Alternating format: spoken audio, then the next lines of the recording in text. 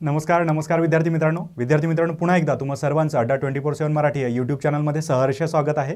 मित्रांनो, एकमेव असं चॅनल आहे जिथे आपली सर्व स्वप्ने पूर्ण होतात, स्वप्नांना योग्य दिशा मिळते आणि ही योग्य दिशा आपला जो स्पर्धा परीक्षेचा प्रवास असतो तो अगदी साध्या आणि सोप्या पद्धतीत पार पाडून देते. मित्रांनो, आपल्या कितीही अडचणी असल्या, आपल्या स्पर्धा परीक्षेच्या मार्गांमध्ये कितीही अडचणी असल्या तरी हे चॅनल तुम्हाला नेहमी मदत करतो तुमच्या ज्या मार्गातल्या अडचणी आहेत त्या दूर करण्यासाठी.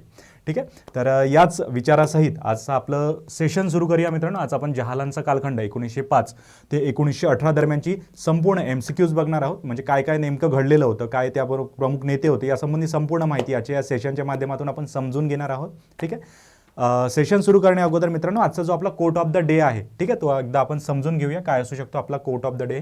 तर आजचा मित्रांनो आपला कोट ऑफ द डे आहे की अडचणीत असतानाही, ठीक आहे, अडचणींपासून दूर पळणे म्हणजे अजून मोठ्या अडचणीत अडकण्यासारखे आहे. ठीक आहे, म्हणजे अजून मोठ्या अडचणीत जाण्यासारखे आहे. म्हणजे अडचणींपासून तुम्ही जेवढं दूर धावाल, ठीक आहे, म्हणजे अभ्यासापासून तुम्ही जेवढंही दूर धावाल तुम्ही पुन्हा, ठीक आहे, पुन्हा मोठ्या अभ्यासात अडकाल.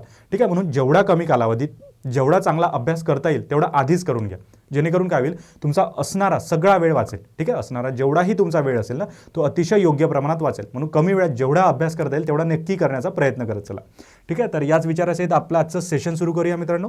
ठीक आहे, आजच्या सेशनमध्ये आपण प्रश्न उत्तरे घेऊया. ठीक आहे, प्रश्न उत्तरे समजून घेऊया. पहिला प्रश्न आहे मित्रांनो, सप्टेंबर 1916 मध्ये होम रूल लीगची स्थापना कोणी केली? ठीक आहे, सप्टेंबर 1916 मध्ये होम रूल लीगची स्थापना कोणी केली? इंदुलाल याज्ञिक यांनी केली, जॉर्ज अरुंडले यांनी केली, ॲनी बेझंट यांनी केली की गोपाळकृष्ण गोखले यांनी केली? सप्टेंबर 1916 मध्ये होम रूल लीगची विचारलेलं आहे. ठीक आहे, काय विचारलेलं आहे? होम रूल लीगची स्थापना ही कोणी केलेली असेल? इंदुलाल याज्ञिक यांनी केलेली असेल, जॉर्ज अरुंडले यांनी केलेली असेल, ॲनी बेझंट यांनी केलेली असेल की गोपाळकृष्ण गोखले यांनी केलेली असेल? अतिशय इझी प्रश्न आहे, फक्त छोट्या छोट्या गोष्टी समजून घ्यायचा आहे. बघा, सप्टेंबर 1916 मध्ये होम रूल लीगची स्थापना विचारलेली आहे. तर होम रूल लीगची स्थापना कोणी केलेली होती? ॲनी बेझंट यांनी. ठीक आहे, होम रूल लीगची स्थापना ही सप्टेंबर 1916 मध्ये ॲनी बेझंट यांनी केलेली होती आणि ॲनी बेझंट प्लस लोकमान्य टिळकांनी सुद्धा केलेली होती. परंतु लक्षात असू द्या, ॲनी बेझंट या पूर्ण भारतभर, ठीक आहे, पूर्ण भारतभर ज्या होम रूल लीगची जी चळवळ होती ते चालवत होत्या. परंतु लोकमान्य टिळक जे होते ते फक्त महाराष्ट्रामध्ये ही चळवळ चालवत होते. ठीक आहे, लोकमान्य टिळक हे फक्त महाराष्ट्रामध्ये ही चळवळ चालवत होते. ते फक्त लक्षात असू द्या, जेणेकरून आपल्याला माहिती होईल. ठीक आहे, त्यामुळे ॲनी बेझंट हे आन्सर लक्षात असू द्या. ठीक आहे, पुढचा प्रश्न काय आहे? इसवी सन 1906च्या कोलकाता राष्ट्रीय काँग्रेसच्या अधिवेशनाचे अध्यक्ष कोण होते? 1906च्या कोलकाता राष्ट्रीय काँग्रेसच्या अधिवेशनाचे अध्यक्ष विचारलेले आहे. ठीक आहे, म्हणजे वंकेचंद्र बॅनर्जी होते, दादाभाई नौरोजी होते, सुरेंद्रनाथ बॅनर्जी होते की ॲलन ह्यूम होते? ठीक आहे, 1906च्या कोलकाता, ठीक आहे, कोलकाता राष्ट्रीय काँग्रेस अधिवेशनाचे अध्यक्ष कोण होते? वंकेचंद्र बॅनर्जी होते, दादाभाई नौरोजी होते, सुरेंद्रनाथ बॅनर्जी होते की ॲलन ह्यूम होते? याचं योग्य उत्तर आहे मित्रांनो दादाभाई नौरोजी. ठीक आहे, दादाभाई नौरोजी हे याचं काय आहे योग्य उत्तर. इथे एक ट्रिक सुद्धा बसत होती मित्रांनो, कारण की जीचं उच्चारण रिपीट झालेलं होतं. ठीक आहे, जीचं उच्चारण रिपीट झालेलं होतं, त्यामध्ये ॲलन ह्यूम इझिली कट होतं. ठीक आहे, आणि ॲलन ह्यूम तुम्हाला माहिती असेल संस्थापक होते. ठीक आहे, राष्ट्रीय काँग्रेसचं जे स्थापना झालेली होती त्यामध्ये प्रमुख जी भूमिका होती ते ॲलन ह्यूम यांनी निभावलेली होती. वंकेचंद्र बॅनर्जी किंवा दादाभाई नौरोजी, सूर्यनारायण बॅनर्जी वेगवेगळ्या काळासाठी अध्यक्ष होते, जसे वंकेचंद्र बॅनर्जी हे पहिले अध्यक्ष होते. ठीक आहे, लक्षात असू दे. याचं योग्य उत्तर काय आहे? दादाभाई नौरोजी. हे काय होते? 1906च्या कोलकाता राष्ट्रीय काँग्रेसचे अध्यक्ष होते. ठीक आहे, कोलकाता राष्ट्रीय काँग्रेस अधिवेशनाचे ते अध्यक्ष होते. त्यानंतर होम रूल चळवळ प्रथम कोणत्या देशात सुरू झाली असा प्रश्न आहे. होम रूल चळवळ ही प्रथम कोणत्या देशात सुरू झाली होती? दक्षिण आफ्रिका, आयर्लंड, नेदरलँड की भारत? ठीक आहे, होम रूल चळवळ, ठीक आहे, होम रूल चळवळ जी ॲनी बेझंट आणि लोकमान्य टिळकांद्वारे भारतामध्ये चालवल्या गेलेली होती. ॲनी बेझंट संपूर्ण भारतामध्ये ती सांभाळायचे आणि लोकमान्य टिळक हे महाराष्ट्रामध्ये ती चळवळ सांभाळायचे. तर होम रूल चळवळ प्रथम कोणत्या देशात सुरू झालेली होती? दक्षिण आफ्रिका, आयर्लंड, नेदरलँड की भारत? तर योग्य उत्तर आहे मित्रांनो आयर्लंड. ठीक आहे, आयर्लंड हे योग्य उत्तर आहे. होम रूल चळवळ प्रथम कोणत्या देशात सुरू झालेली होती? लक्षात असू द्या नेहमी आयर्लंड. आणि इथे ट्रिक वापरायची असली तर मी कशी वापरू शकतो? बघा, इथे कोणता वर्ड रिपीटेड आहे? ठीक आहे, कोणताही वर्ड रिपीटेड नाही, त्यामुळे कोणता उच्चारण रिपीटेड आहे? बघा, आयर्लंड, नेदरलँड यामध्ये हे दोन वर्ड जे आहे ते रिपीटेड झालेले आहे, त्यामुळे 50%ची ट्रिक यामध्ये बसते. ठीक आहे, त्यामुळे आपला आन्सर हे यामध्येच राहण्याची अतिशय दाट शक्यता आहे. ठीक आहे, म्हणजे आयर्लंड नाही तर नेदरलँड यामध्येच राहण्याची शक्यता आहे. आणि स्टार्टिंग कशापासून होते? आयर्लंडपासून. स्टार्टिंग कशापासून होते? आयर्लंडपासून. त्यामुळे यामध्ये आन्सर असण्याचे चान्सेस 80% अबव असतात. किती असतात? 80% अबव. आणि हेच आपलं योग्य आन्सर सुद्धा आहे. ते फक्त लक्षात असू द्या, जेणेकरून कधीही यावर प्रश्न आला की आपल्याला याचं उत्तर देता येईल. ठीक आहे, पुढचा प्रश्न बघूया बघा. लोकमान्य टिळकांनी 4 तत्वे अंगीकारली होती, त्यात खालीलपैकी कोणती बाब समाविष्ट नव्हती म्हटलेलं आहे. कोणती बाब समाविष्ट नव्हती. आणि कधीही मित्रांनो एक गोष्ट नेहमी लक्षात असू द्या, तुम्ही जेव्हा असे प्रश्न सॉल्व्ह करता, जर फिजिकल पेपरवर सॉल्व्ह करत असाल आणि तुमच्यासमोर जर असं आलं नव्हती, नाही असे प्रश्न आले, तर त्याच्यावर बॉक्स करून ठेवायचा किंवा त्याच्या खाली अंडरलाईन करून ठेवायची, म्हणजे तुम्ही कधीही ते विसरत नाही. ठीक आहे, नव्हती, नाही असं कधीही आलं तर त्याच्या खाली बॉक्स किंवा अंडरलाईन हे नेहमी करूनच ठेवायचे. ठीक आहे, तर कोणती बाब समाविष्ट नव्हती असं आहे, स्वराज्य, स्वदेशी, सहकार की राष्ट्रीय शिक्षण. काय आहे? स्वराज्य, स्वदेशी, सहकार की राष्ट्रीय शिक्षण. ठीक आहे, लोकमान्य टिळकांनी 4 तत्वे अंगीकारली होती.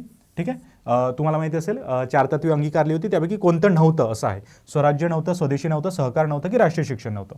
तर याचं योग्य उत्तर तुम्हाला सर्वांना माहिती असेल तरीही मी सांगून देतो. तर याचं योग्य उत्तर आहे मित्रांनो सहकार. ठीक आहे, सहकार ही बाब समाविष्ट नव्हती. कोणकोणती होती सर? तर स्वराज्य होती, स्वदेशी होती, राष्ट्रीय शिक्षण होती आणि चौथं होतं बहिष्कार. लक्षात असू द्या, बहिष्कार.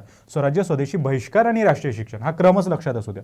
स्वराज्य, स्वदेशी, बहिष्कार आणि राष्ट्रीय शिक्षण. ठीक आहे, यासंबंधी तुम्ही राज, देशी असंही लक्षात ठेवू शकता, शिक्षण. ठीक आहे, जसं लक्षात ठेवायचं असलं, बहिष्कार संबंधी कार लक्षात ठेवू शकता, जेणेकरून ते क्रम लक्षात राहील. ठीक आहे, पुढचा प्रश्न काय मित्रांनो, महाराष्ट्रातील होम रूल चळवळीचे प्रणेते कोण होते? महाराष्ट्रातील होम रूल चळवळीचे प्रणेते कोण होते? होम रूल चळवळीचे प्रणेते विचारलेले आहे महाराष्ट्रातील, ते इथेही Annie Besant, Lokmanya Tilak, barrister Khaparde की डॉक्टर BS मुंजे. ठीक आहे, तर महाराष्ट्रातील विचारलेलं आहे मित्रांनो, महाराष्ट्रातील कोण आहे? लोकमान्य टिळक.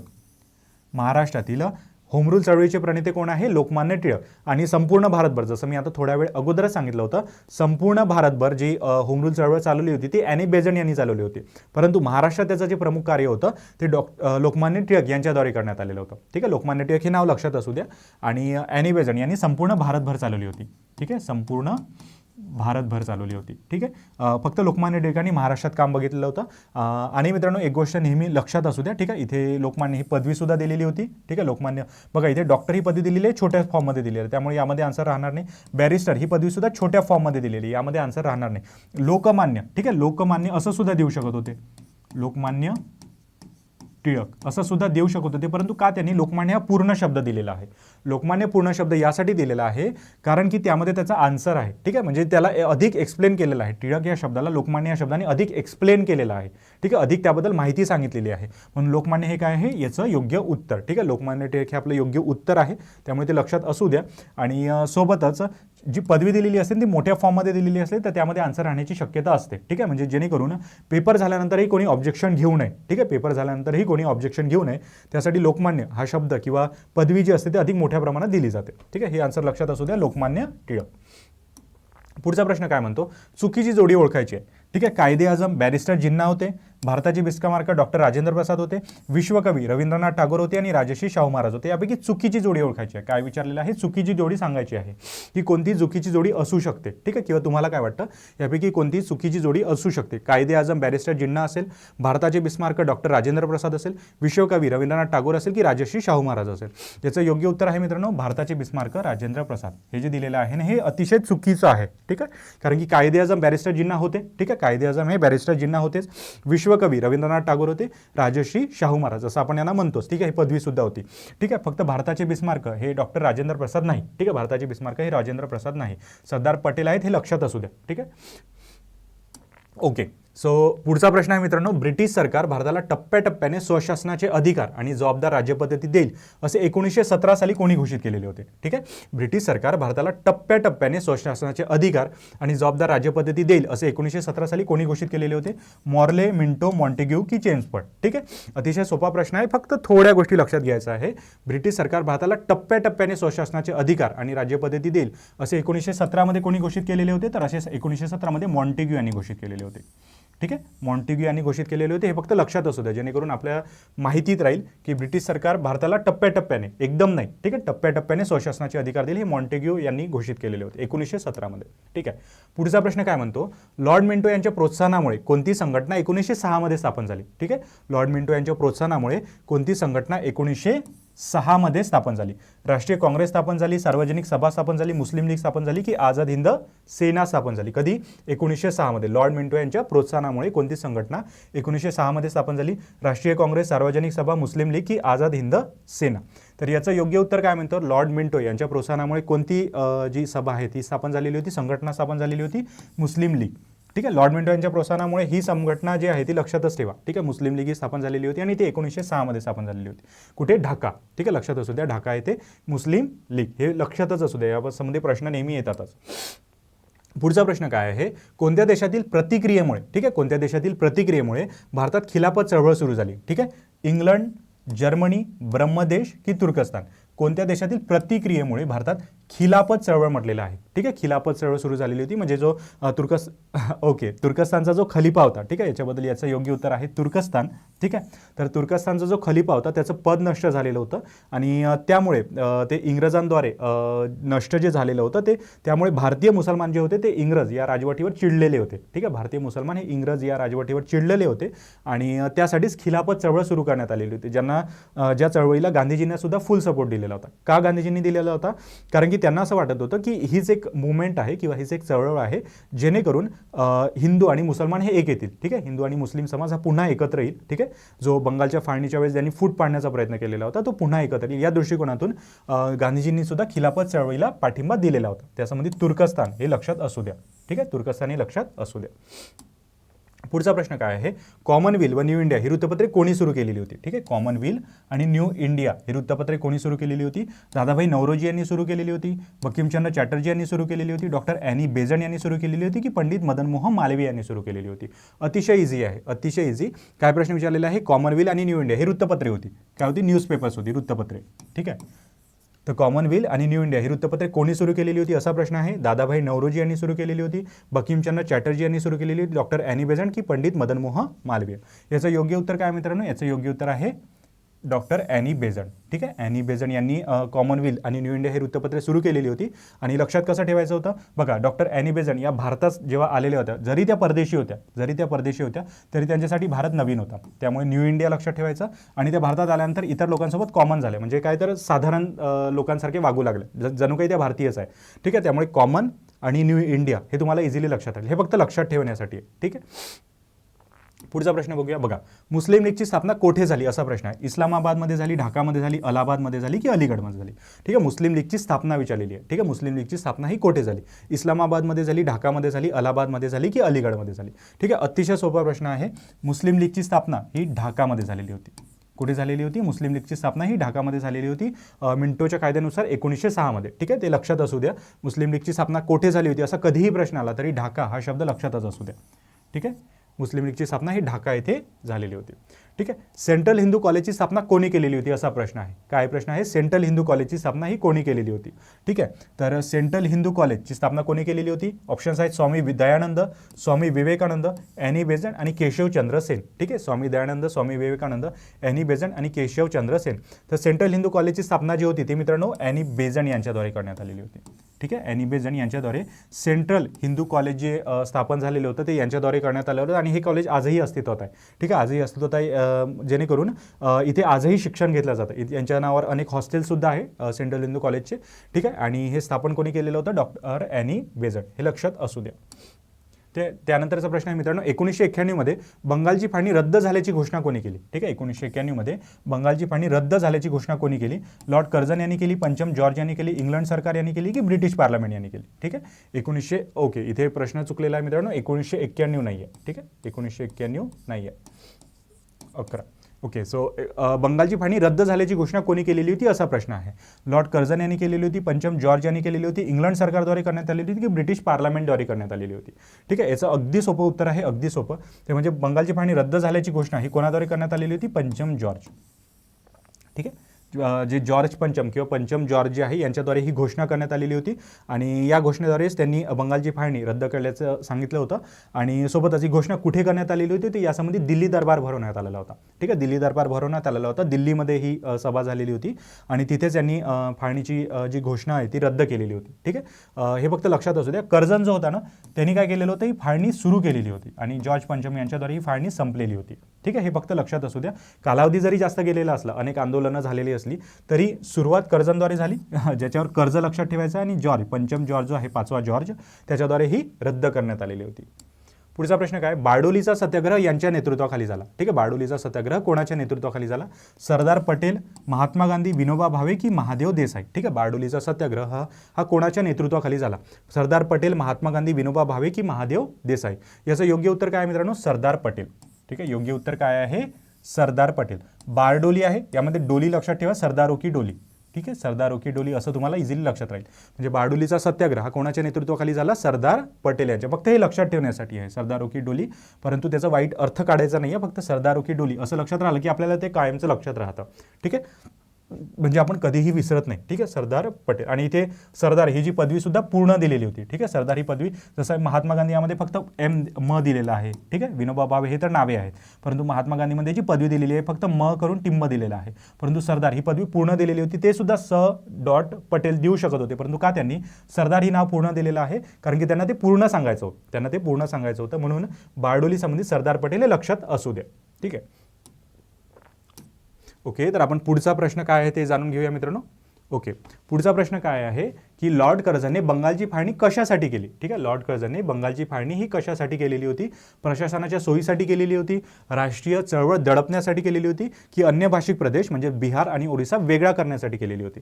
याचं काय योग्य उत्तर असू शकतं? अ ब दोन्ही असू शकतं, ब क असू शकतं, अ क असू शकतं, की अ ब क असू शकतं? तुम्हाला काय वाटतं ते सुद्धा सोचून ठेवा किंवा विचार करून ठेवा. तर लॉर्ड कर्झनने बंगालची फाळणी ही कशासाठी केलेली होती? नेमका त्याचा उद्देश काय होता? ठीक आहे, नेमका त्याचा उद्देश काय होता? प्रशासनाच्या सोयीसाठी होता, राष्ट्रीय चळवळ दडपण्यासाठी होता, की अन्य भाषिक प्रदेश म्हणजे बिहार आणि ओरिसा हा वेगळा करण्यासाठी होता? तर याचं जे योग्य उत्तर आहे मित्रांनो ते म्हणजे अ ब ब क अ क आणि अ ब क यापैकी आहे अ ब क. काय योग्य उत्तर आहे? अ ब क. ठीक आहे, आणि जर अशा प्रश्नांची उत्तरे काढायची असली तर त्याची सुद्धा सोपी ट्रिक आहे. ती सोपी ट्रिक म्हणजे 4/3. ठीक आहे, 4/3 ची ट्रिक आहे. ठीक आहे, 4/3. आता सर हे वापरायची कशी? 4/3 ची ट्रिक हे वापरायची कशी? तर बघा 4 ऑप्शन्स आहेत, 1 2 3 आणि 4. जे नवीन आपले भावी अधिकारी असतात त्यांना सांगून देतो 4 ऑप्शन्स आहेत, 1 2 3 आणि 4. त्यामध्ये 3 ऑप्शन जे असतात ते कॉमन शोधायचे. 3 कोणते? बघा इथे अ इथे दिलेला आहे, इथे दिलेला आहे, इथे दिलेला आहे, म्हणजे आपल्या आन्सरमध्ये अ हा असणारच. ठीक आहे, त्यानंतर ब किती आलेला आहे? ब इथे दिलेला आहे, ब इथे दिलेला आहे, ब इथे दिलेला आहे, 3 वेळा ॲटलीस्ट दिलेला आहे, म्हणजे ब सुद्धा असणारच. ठीक आहे, त्यानंतर क सुद्धा किती वेळा दिलेला आहे? 1 2 आणि 3, म्हणजे क सुद्धा आपल्या आन्सरमध्ये असणारच. ठीक आहे, 4/3च्या स्ट्रिकमध्ये हे बसतं, 4/2 नाही. ठीक आहे, 4/3 म्हणजे 4 ऑप्शन्स असतील तर 3 वेळा ती गोष्ट रिपीट झाली पाहिजे. जी गोष्ट कॉमा करून असेल, ठीक आहे, ती गोष्ट रिपीट झालेली असेल तर अ ब क हे आपलं काय सापडतं? योग्य उत्तर. सोबतच इथे लक्षात ठेवा अन्य भाषिक प्रदेश बिहार आणि ओरिसा इथे कंसामध्ये सुद्धा दिलेलं होतं. म्हणजे कंसामध्ये दिलेलं होतं याचा अर्थ काय? ते एक्स्ट्रा माहिती दिलेली होती. का गरज होती इथे एक्स्ट्रा माहिती देण्याची? ठीक आहे, गरज याच्यासाठी होती की आन्सर चुकू नये. ठीक आहे, म्हणजे कधीही पेपर झाल्यानंतर एक्झामिनरने पेपर दिल्यानंतर, ठीक आहे, म्हणजे पेपर सोडवून झाल्यानंतर कोणीही ऑब्जेक्शन त्यावर घेऊ नये. ठीक आहे, कोणीही ऑब्जेक्शन घेऊ नये त्यासाठी काय केलं जातं? अशी एक्स्ट्रा माहिती दिली जाते जी कंसामध्ये दिली जाते. ठीक आहे, असं सुद्धा लिहू शकत होते की अन्य भाषिक प्रदेश वेगळा करण्यासाठी, परंतु का त्यांनी बिहार आणि ओरिसा दिलं? त्यामागे कारण असं असतं की ते आन्सर नंतर कोणी टॅकल करू नये किंवा नंतर त्याबद्दल कोणी ऑब्जेक्शन घेऊ नये. ठीक आहे, नंतर त्याबद्दल कोणी ऑब्जेक्शन घेऊ नये त्यासाठी हे यामध्ये दिल्या जातं. त्यामुळे ते लक्षात असू द्या की असे ऑप्शन्स आले. आणि हा फक्त इतिहासासंबंधी नाही मित्रांनो, इतिहास असो, भूगोल असो किंवा करंट अफेअरचे पेपर असो त्यामध्ये सुद्धा ही ट्रिक कामी पडते. ते फक्त लक्षात असू द्या. ठीक आहे, पुढचा प्रश्न काय आहे? बहिष्कार हे अस्त्र पराकाष्ठेचा उपाय म्हणून राखून ठेवावे असे कोणाचे मत होते? महादेव गोविंद रानडे यांचे मत होते, गोपाळकृष्ण गोखले यांचे मत होते, फिरोजशाह मेहता यांचे मत होते, की दादाभाई नौरोजी यांचे मत होते? काय मत होते? बहिष्कार हे अस्त्र पराकाष्ठेचा उपाय म्हणून राखून ठेवावे. तुम्हाला माहित असेल अस्त्र हे 4 वापरले गेलेले होते. कोणकोणते अस्त्र होते? तर पहिलं होतं स्वराज्य, स्वदेशी, बहिष्कार आणि राष्ट्रीय शिक्षण. आपण मगाशी सुद्धा डिस्कस केलं. ठीक आहे, स्वराज्य, स्वदेशी, बहिष्कार आणि राष्ट्रीय शिक्षण. तर स्वराज्य हे एक अस्त्र होतं. ठीक आहे, स्वदेशी सुद्धा होतं. त्यामध्ये जे बहिष्कार हे 3ऱ्या नंबरवरचं अस्त्र होतं, हे राखून ठेवावं असं कोणाचं मत होतं? तर हे मत होतं मित्रांनो गोपाळकृष्ण गोखले यांचं. ठीक आहे, गोपाळकृष्ण गोखले यांचं मत होतं की बहिष्कार हे अस्त्र राखून ठेवावं जेणेकरून ते नंतर वापरता येईल. ठीक आहे, बहिष्कार हे अस्त्र राखून ठेवावे जेणेकरून ते नंतर वापरता येईल. म्हणून बहिष्कार हे अस्त्र पराकाष्ठेचा उपाय म्हणून राखून ठेवावे असे कोणाचे मत होते?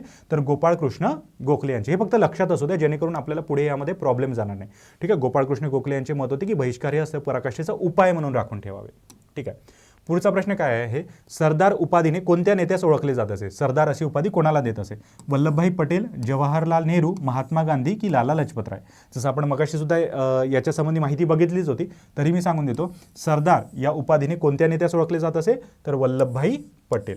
ठीक आहे, सरदार वल्लभभाई पटेल. जसं आपण मगाशी बघितलं होतं सरदारो की डोली, त्यामध्ये आपण काय लक्षात ठेवलं होतं, सरदार आणि डोली म्हणजे बारडोली सुद्धा लक्षात राहते आणि सरदार हा शब्द सुद्धा लक्षात राहतो. त्याचप्रमाणे सरदार या उपाधीने वल्लभभाई पटेल यांना काय केलं जातं, ओळखलं जातं, त्या नेत्यास ओळखलं जातं. त्यानंतर आहे मित्रांनो, हिंदू महासभेची स्थापना कोणी केलेली होती. ठीक आहे, हिंदू महासभेची स्थापना कोणी केलेली होती असा प्रश्न आहे. ऑप्शन्स आहेत एम.एस. गोळवलकर, मोहन भागवत, डॉक्टर हेगडेवार आणि पंडित मदन मोहन मालवीय. ठीक आहे, डॉक्टर हेगडेवार आणि पंडित मदन मोहन मालवीय. काय असेल याचं योग्य तर तुम्हाला काय वाटतं बघा. हिंदू महासभेची स्थापना विचारलेली आहे, सिंपल प्रश्न आहे, हिंदू महासभेची स्थापना विचारलेली आहे. तर हिंदू महासभेची स्थापना कोणी केली होती. एम.एस. गोळवलकर यांनी केलेली होती, मोहन भागवत यांनी केलेली होती, डॉक्टर हेगडेवार यांनी केलेली होती की पंडित मदन मोहन मालवीय यांनी केली होती. याचं योग्य उत्तर आहे मित्रांनो पंडित मदन मोहन मालवीय. ठीक आहे, पंडित मदन मोहन मालवीय. हिंदू महासभेची स्थापना विचारली होती, पंडित मदन मोहन मालवीय यांनी केलेली होती. आणि लक्षात ठेवण्याची सुद्धा अतिशय सोपी पद्धत होती, अतिशय सोपी. ते कसं, तर पंडित मदन मोहन मालवीय हे पूर्ण स्वरूपात दिलेलं आहे, इथे पदवी सुद्धा दिलेली आहे आणि नाव सुद्धा पूर्ण स्वरूपात दिलेलं आहे. बाकीच्या नावामध्ये बघा इथे शॉर्टकट वापरलेला आहे, इथे नाव दिलेलं आहे परंतु इथे पदवी दिलेली नाही. ठीक आहे, डॉक्टर हेगडेवारमध्ये डॉक्टर जो आहे तो पदवीसहित दिलेला आहे परंतु शॉर्ट फॉर्ममध्ये दिलेला आहे, परंतु इथे पंडित सुद्धा पूर्ण दिलेला आहे आणि मदन मोहन मालवीय हा शब्द सुद्धा पूर्ण स्वरूपात दिलेला आहे. त्यामुळे लक्षात असू द्या की असे शब्द असतील तर ते आपला आन्सर असण्याचे जास्त चान्सेस असतात. त्यामुळे पंडित मदन मोहन मालवीय हे आपलं काय आहे योग्य उत्तर. ठीक आहे, पुढचा प्रश्न काय म्हणतो, बंगालची फाळणी कोणत्या गव्हर्नर जनरलने केली. लॉर्ड रिपनने केली, लॉर्ड डफरीनने केली, लॉर्ड डलहौसीने केली की लॉर्ड कर्झन यांनी केली बंगालची फाळणी. ठीक आहे, बंगालची फाळणी ही कोणत्या गव्हर्नर जनरलने केली असा प्रश्न होता. Lord Ripon, Lord Dufferin, Lord Dalhousie की लॉर्ड कर्झन. याचं योग्य उत्तर आहे मित्रांनो लॉर्ड कर्झन. ठीक आहे, लॉर्ड कर्झन यांनी काय केलेली होती, बंगालची फाळणी केलेली होती. आताच आपण बघितलं होतं थोड्या वेळा अगोदर की लॉर्ड कर्झन यांनी बंगालची फाळणी केलेली होती आणि ती रद्द झाल्याची घोषणा कोणी केलेली होती, पंचम जॉर्ज. ठीक आहे, पंचम जॉर्ज यांनी काय केलेली होती, ती रद्द झाल्याची घोषणा. त्यामुळे लॉर्ड कर्झन लक्षात असू द्या आणि लॉर्ड कर्झन लक्षात ठेवण्यासाठी कर्ज लक्षात ठेवायचं. ठीक आहे, बंगालची फाळणी, कारण की तुम्ही जर लॉर्ड कर्झनची कधी इमेज बघितलं तर ते अंगावर जास्त वेश घालायचे, वेश आणि त्यांची ती मेडल्स वगैरे तिथेच राहायचे, त्यामुळे त्यांच्यावर कर्ज झालेलं होतं असं लक्षात ठेवा. ठीक आहे, लॉर्ड कर्झन हे लक्षात असू द्या, कर्ज, त्यामुळे बंगालची फाळणी. ठीक आहे, कर्जामुळे फाळणी झाली असंही लक्षात ठेवलं तरी चालेल, लॉर्ड कर्झन आणि बंगालची फाळणी. ठीक आहे, पुढचा प्रश्न काय आहे, पोलीस चौकीला लागलेल्या आगीमुळे कोणते आंदोलन किंवा हे आंदोलन मागे घेण्यात आले. असहकार आंदोलन, सायमन गो बॅक, सविनय कायदेभंग की वंगभंग आंदोलन. ठीक आहे, पोलीस चौकीला लागलेल्या आगीमुळे. ठीक आहे, पोलीस चौकीला लागलेल्या आगीमुळे कोणते आंदोलन हे मागे घेण्यात आलेले होते. अतिशय सोपं आहे, असहकार, सायमन गो बॅक, सविनय कायदेभंग की वंगभंग. याचं योग्य उत्तर आहे मित्रांनो असहकार आंदोलन. असहकार आंदोलन म्हणजे सहकार्य करायचं नाही, हे आंदोलन पोलीस चौकीला लागलेल्या आगीमुळे मागे घेण्यात आलेले होते. ठीक आहे, हे घटना कुठे घडलेली होती, चौरी चौरा येथे. ठीक आहे, चौरी चौरा येथे ही घटना घडलेली होती. ठीक आहे, चौरी चौरा येथे ही घटना घडलेली होती आणि इथून हे आंदोलन मागे घेण्यात आलेलं होतं. आणि असहकार आंदोलन संबंधी चौरी चौरा घटना कशी लक्षात ठेवायची, यासंबंधी कार लक्षात ठेवायची आणि 4 लक्षात ठेवायची. 4 चाकी कार. ठीक आहे, 4 चाकी जी कार असते त्यासंबंधी कार लक्षात ठेवायची आणि 4 लक्षात ठेवायचं, तुम्हाला इझी होऊन जाईल. ठीक आहे, तुम्हाला अतिशय इझी होऊन जाईल. ठीक आहे, ते फक्त तेवढं लक्षात असू द्या. ठीक आहे, त्यानंतर आहे मुस्लिम लीगचे पहिले अध्यक्ष कोण होते. आगा खान होते, मियाँ अब्दुल अजीज होते, सर मोहम्मद शफी होते की मोहम्मद अली जिन्ना होते. मुस्लिम लीगचे पहिले अध्यक्ष विचारलेले आहे, पहिले अध्यक्ष. ठीक आहे, मुस्लिम लीगचे पहिले अध्यक्ष कोण होते, आगा खान, मियाँ अब्दुल अजीज, सर मोहम्मद शफी की मोहम्मद अली जिन्ना. याचं योग्य उत्तर आहे मित्रांनो आगा खान. याचं योग्य उत्तर काय आहे आगा खान. मोहम्मद अली जिन्ना नव्हते, मोहम्मद अली जिन्ना हे पहिले पंतप्रधान होते कुठचे, पाकिस्तानचे, परंतु आगा खान हे काय होते, मुस्लिम लीगचे पहिले अध्यक्ष. ठीक आहे, मुस्लिम लीगचे पहिले अध्यक्ष कोण होते, आगा खान. मुस्लिम लीगची स्थापना कधी झालेली होती, 1960 ढाका आणि मिंटो याच्या सहकार्याने. ठीक आहे, 1890 या वर्षी गिरणी कामगारांची संघटना खालीपैकी कोणी स्थापन केलेली होती. लाला लजपत रायांनी स्थापन केली, नारायण मेघाजी लोखंडे यांनी स्थापन केली, नारायण मल्हार जोशी यांनी स्थापन केली की न्यायमूर्ती रानडे यांनी केली. ठीक आहे, अतिशय सोपा प्रश्न आहे.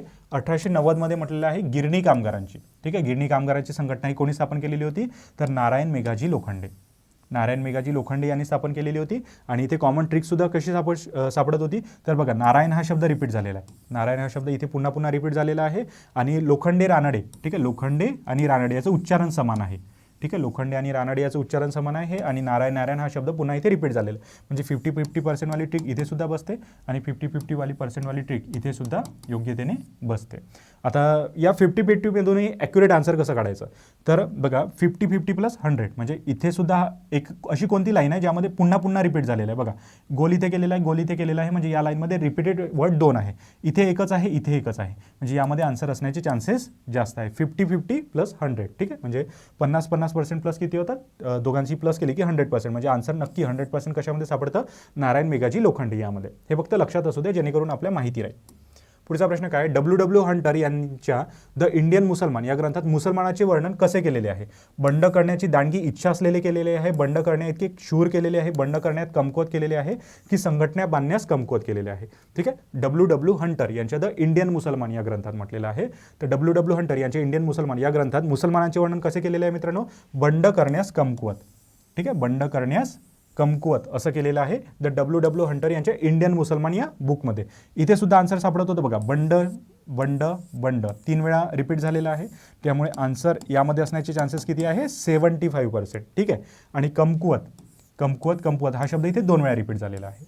ठीक आहे, मग त्यामध्ये यामध्ये आन्सर असण्याचे चान्सेस किती आहे? 50%. ठीक आहे, 75 + 50% म्हणजे आपला आन्सर अबव जात आहे, 100च्या अबव जात आहे. परंतु 2 हे कशामध्ये आहे? गोले किंवा 2 जे हायलाईट केलेलं आहे ते कशामध्ये आहे? तर यामध्ये आहे 3ऱ्या नंबरच्या ऑप्शनमध्ये. इथे सुद्धा हायलाईट आहे, इथे सुद्धा हायलाईट आहे, म्हणजे या लाईनमध्ये आपला आन्सर असण्याचे चान्सेस जास्त आहे. म्हणजे बंड करण्यास कमकुवत हे आपला आन्सर असण्याचे चान्सेस अतिशय जास्त आणि ते योग्य आन्सर सुद्धा आहे. डब्ल्यू हंटर यांनी इंडियन मुसलमान या ग्रंथात मुसलमानाचे वर्णन बंड करण्यास कमकुवत असे केलेले आहे. अनंत लक्ष्मण कान्हेरे हे कोणत्या संघटनेचे सदस्य होते? अनुशीलन समिती, Hindustan socialist Republic association, Hindustan Republic association की अभिनव भारत?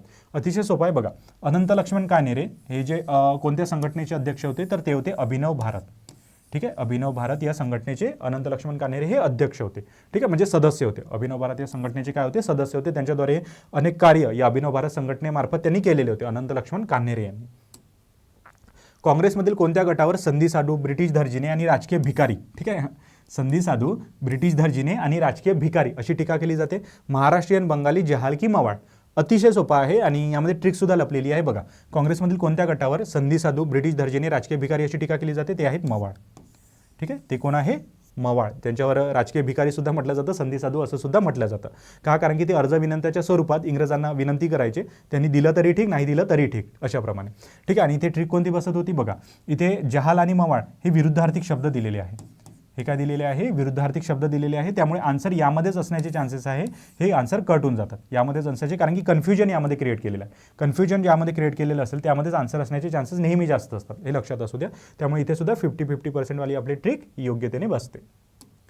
ठीक आहे मित्रांनो, तर हे होते मित्रांनो आजचे काही प्रश्न. ठीक आहे, तुमच्या माहितीसाठी हे प्रश्न तुम्हाला गरजेचे होते आणि हे प्रश्न जाणून घेणं यासाठी गरजेचे होते, कारण की कोणतीही चळवळ असो, ठीक आहे, यासंबंधी प्रश्न येतातच, ते फक्त लक्षात असू द्या. ठीक आहे, आणि मित्रांनो तुम्हाला माहितीच असेल जलसंपदा विभाग याची भरती निघालेली आहे. 4497 जागांची सर्वात मोठी भरती आहे. ठीक आहे, आणि त्यासाठी ब्रह्मास्त्र बॅच सुद्धा लॉन्च झालेली आहे.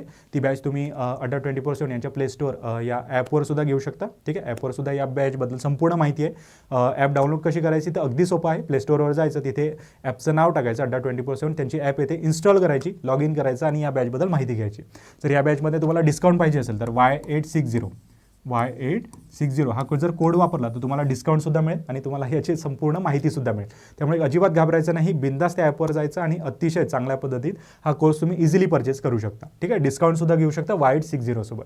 ठीक आहे, आणि मित्रांनो हे लेक्चर आवडल्यास लाईक शेअर नक्की करा. तुमच्या मित्रांना सुद्धा या लेक्चरची लिंक पाठवा, जेणेकरून त्यांना सुद्धा या ट्रिक्स माहिती होतील, ट्रिक्स आणि टिप्स माहिती होतील. ठीक आहे, आणि ज्याही चळवळीबद्दल प्रश्न आहेत ते आपण अशाच प्रकारे घेत राहणार आहोत, ज्यामध्ये ट्रिक्स आणि टिप्स सुद्धा दिसतील आणि काही सेशनमध्ये तुम्हाला इमेजेस सुद्धा दिसतील. ठीक आहे, तर आता मित्रांनो भेटूया पुढच्या लेक्चरमध्ये. सोबतच चॅनलला सबस्क्राईब नक्की करून ठेवा, हे चॅनल तुम्हाला नेहमी मदत करतं आणि व्हिडिओला सुद्धा लाईक शेअर नक्की करून ठेवा. मित्रांनो भेटूया आता पुढच्या लेक्चरमध्ये.